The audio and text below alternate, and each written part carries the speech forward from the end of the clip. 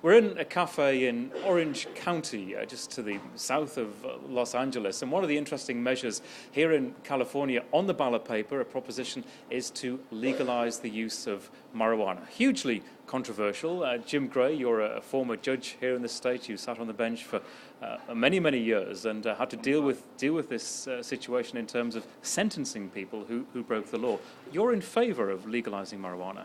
Absolutely. From my own experience as a federal prosecutor, a veteran trial court judge, 25 years on the bench, I can see that we're churning low-level drug offenders through the system for no good purpose. We can arrest, incarcerate even big-time dealers. Does that mean that now heroin or marijuana is no longer available in the city of Orange or anywhere else? No.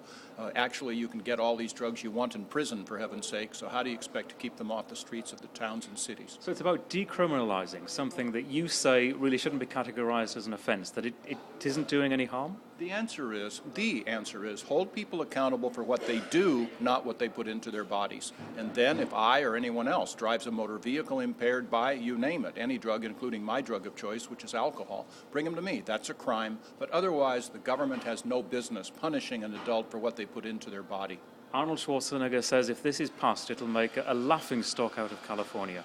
Well, that's simply not true. I think that the rest of the nation is looking very closely at this. So is the BBC, so is the world. And they will heave a sigh of relief when finally California steps forward and says, no, the national government does not have the answers.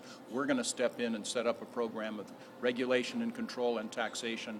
The rest of the country will follow, and so will the rest of the world. Very important election. Judge Jim Gray, thank you very much indeed. Fascinating. The opinion polls suggest that this may not pass, and it's interesting to look back over the decades. 1972, a similar measure was on the ballot paper. At that time, it was rejected by Californians. Roughly 60% of people then said no, and only a third were in favour. We'll see what the real polls say in about 24 hours' time.